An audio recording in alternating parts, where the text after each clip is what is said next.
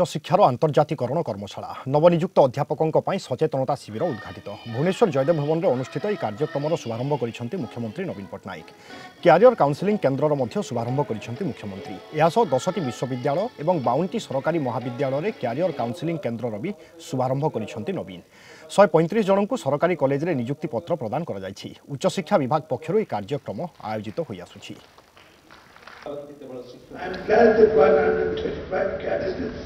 are receiving appointment letters to join the government colleges. I congratulate all of you. Now you belong to one of the noblest professions. I am happy to launch opening of career counseling centers in 10 universities and 52 government colleges today. Creation of career counseling centers in colleges and universities will help in increasing the employability and skill output of our students.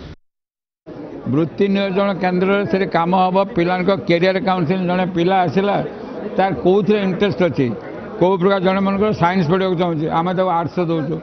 Arts पढ़ा चाहूँ science दौचु तेणु से career counselling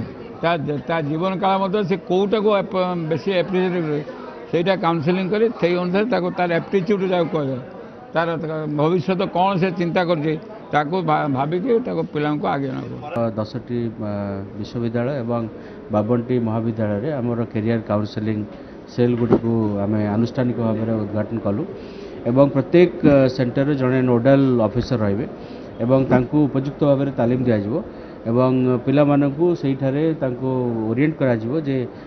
जो changing labour market जो changing जो आमर देखुचु जो आजिकल जो जुगरे